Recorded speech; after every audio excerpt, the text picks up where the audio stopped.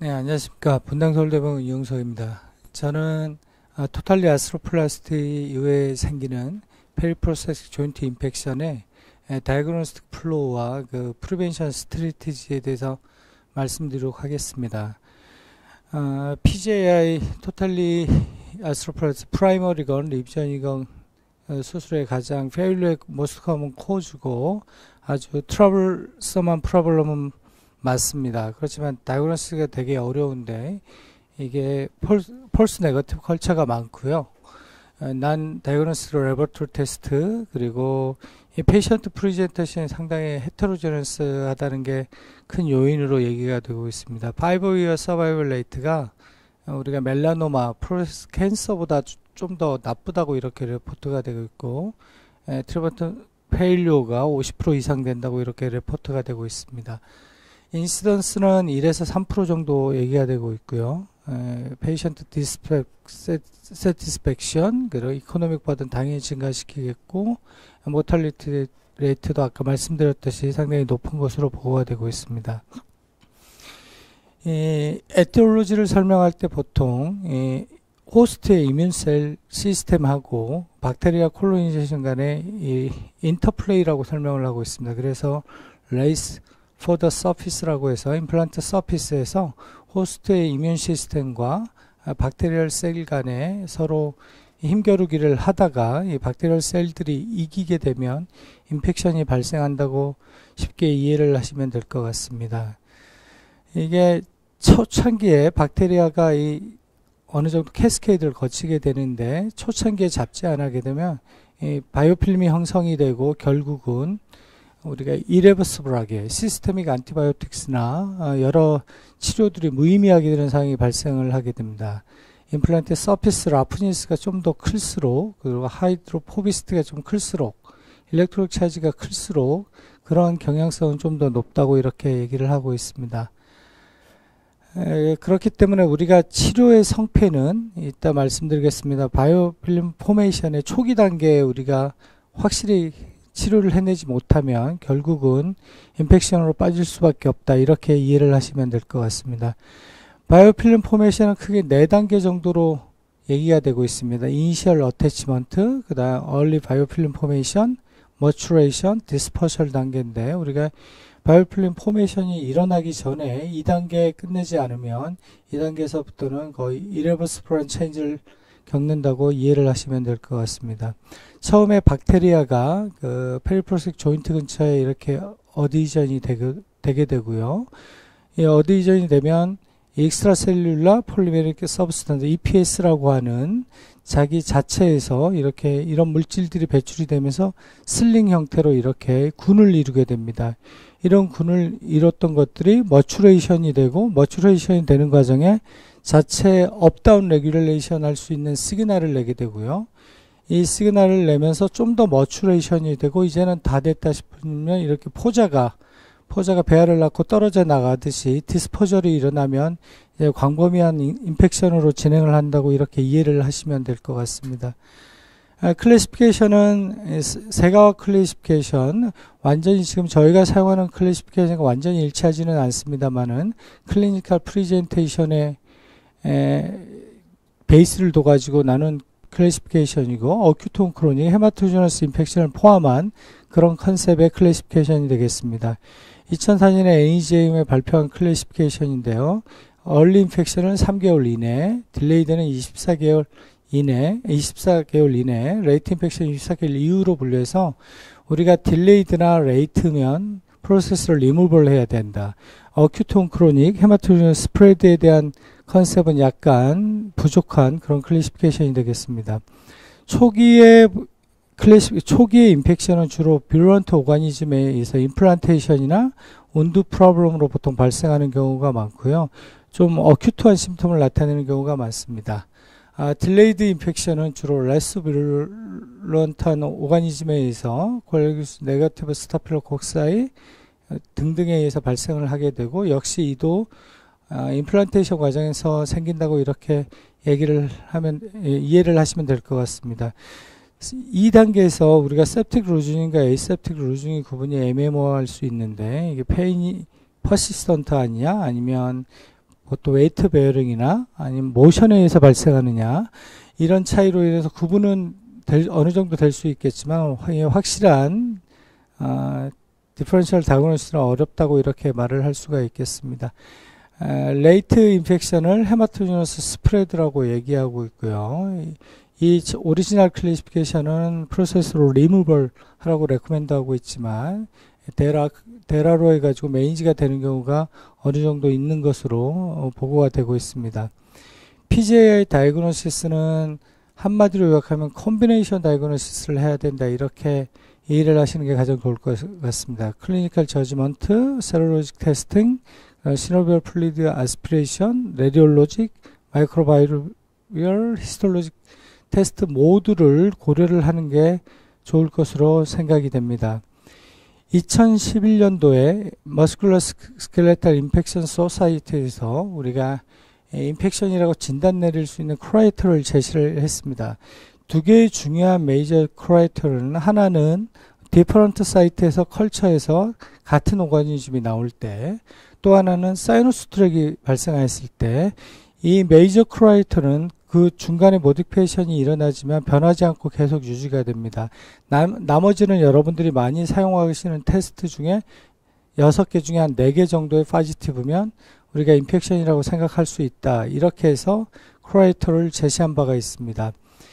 이 크라이터가 중간에 필요에 의해서 수정이 됩니다. 그러니까 한 2년 후에 인터내셔널 컨센서스 미팅에서 어큐트하고 크로닉, 포스트오퍼레이티브 90대 1을 기준으로 해가지고 어큐트하고 크로닉으로 디바이드 하고요.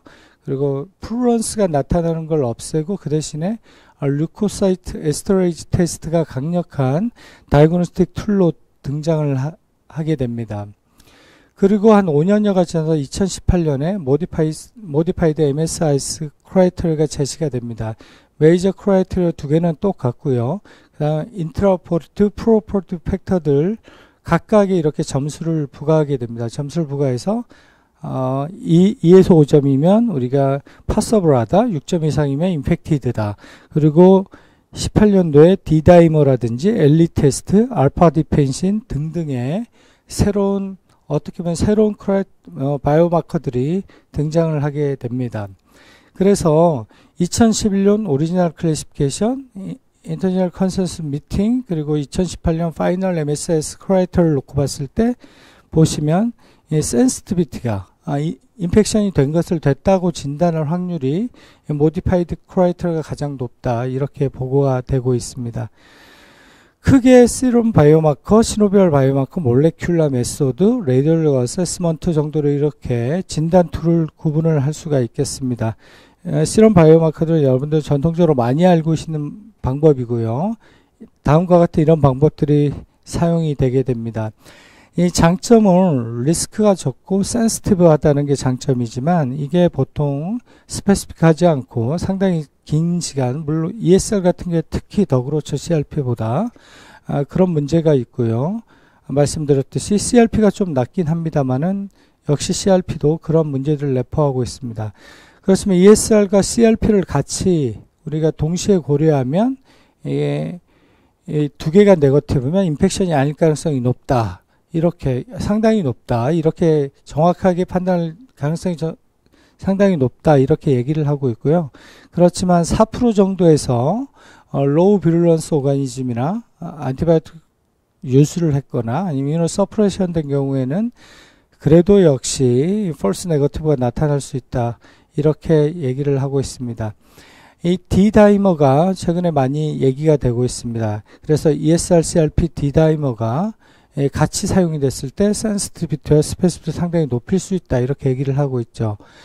제가 미국에 있을 때 했던 스터디인데, D다이머가 얼리 포스트오퍼레이티브 페리오드의 특징적인 현상을 좀 보입니다. 이게 투 피크가 나타나요. 바로 직후에 포스트오퍼 원데이에 높아졌다가 좀 낮아졌다가 2, 3일 지나면서 다시 이렇게 올라가는 양상을 띱니다. 그래서 이런 캐릭터리스틱스와 CRP와 ESR 패턴을 같이 고려를 하면 진단율을 상당히 높일 수 있을 거라고 이렇게 생각이 됩니다. 시노비알 바이오마커는 전체적으로 아까 시럼의 바이오마커와 비슷합니다. 비슷한데 좀 더 진단율이 높다고 이렇게 보고가 되고 있고요. 여기에 인터루킨이라든지 여러 또 바이오마커들이 새롭게 등장을 하죠. 역시 제가 미국에서 발표했던 논문인데요. 시노비얼 플루이드 바이오마커 대부분이 진단율이 상당히 높고 이 중에 상당히 0.9 이상이기 때문에 대부분 가치가 있는 테스트가 되는데 알파 디펜신이 가장 좋더라 하고 메타애널리시스를 했던 적이 있습니다. 류코사이드 카운트하고 PMN 3000에 80% 정도 이렇게 얘기하다가 모디파이드 MSS 크라이테리아에서는 어큐트하고 크로닉을 좀 구분해야 된다. 그래서 어큐트 인펙션은 10,000개까지 90% 정도까지 발생했을 때 우리가 인펙션이라고 얘기할 수 있다. 이렇게 얘기를 하고 있습니다. 시노비얼 CRP가 시럼보다 좀 더 스페시픽하게 얘기가 되고 있고요. 보시면 시럼 CRP에 비해서 정확도가 좀 더 높아지는 것을 알 수가 있겠습니다. 알파 디펜시란 건 안티마이크로 펩타이드인데 이게 장점이 스페시피티가 상당히 높고 다이어스가 어큐러시가 높은 장점은 있습니다만은 이게 또 어베일러빌티 면에서는 한계가 있을 수가 있겠습니다. 기타 다른 바이오마커들도 엘리 테스트도 상당히 진단 툴로서 가치가 있고요. 특히 엘리 테스트는 2 포지티브면 상당히 인펙션 시사하는 소견이고 1 포지티브면 다른 모달리티를 좀 동원해서 진단율을 높이라고 이렇게 얘기를 하고 있습니다. 엘리 테스트 이렇게 칼로메트릭 스트립 테스트 하는 방법도 있고 센트리퓨지 하는 방법도 있는데 1분, 5분, 10분 정도 걸리기 때문에 외래에서도 손쉽게 할 수 있는 그런 툴이 되겠습니다. 컬처가 나타나기만 하면 가장 좋긴 한데 이게 센시티비티가 상당히 낮기 때문에 컬처가 좀 문제가 있을 가능성이 있습니다.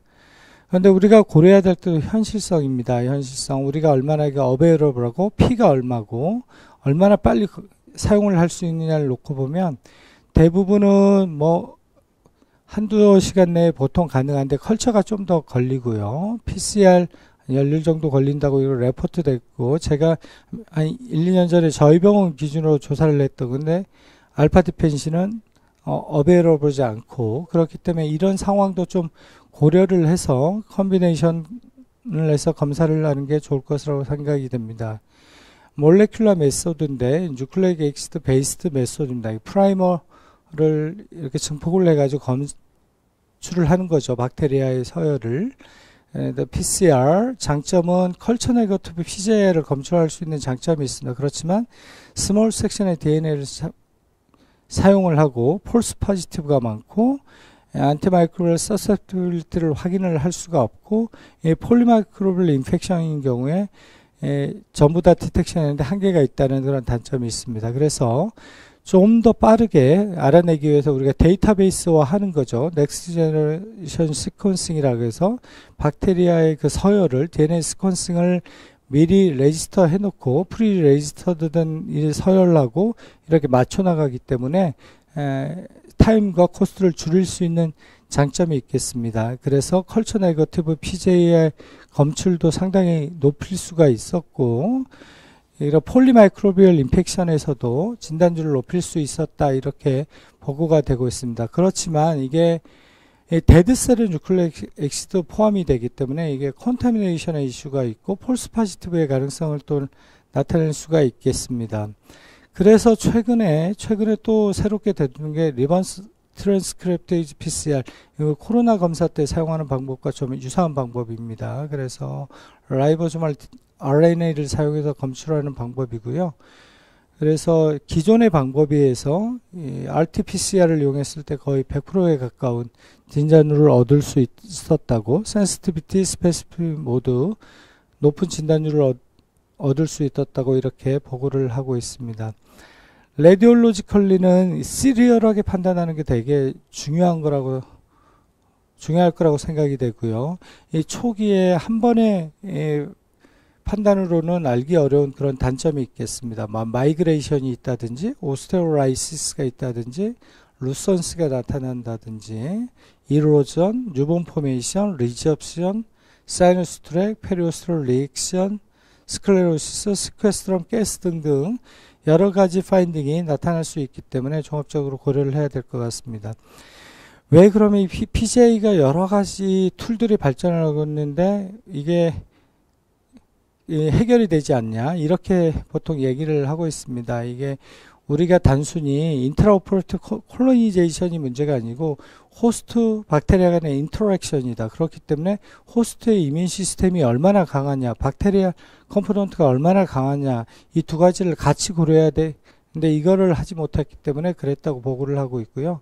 그 다음에 박테리얼 로드를 줄이는데 초기에 수술 과정이겠죠. 실패를 했고, 그리고 하나의 진단 테스트가 너무 오버 에스티메이션 됐기 때문에 그런 경향성을 나타냈다 이렇게 얘기를 하고 있습니다. 그래서 프리오퍼레이티브, 인트라페리오퍼레이티브, 포스오퍼레이티브, 그리고 마지막으로 어떻게 프리벤션 할 수 있느냐 잠깐만 말씀드리겠습니다. 이런 것들이 관련이 있겠죠. 여러분들 잘 아시는 겁니다. 오베시티, 말뉴트리션, DM, 스모킹 등등등.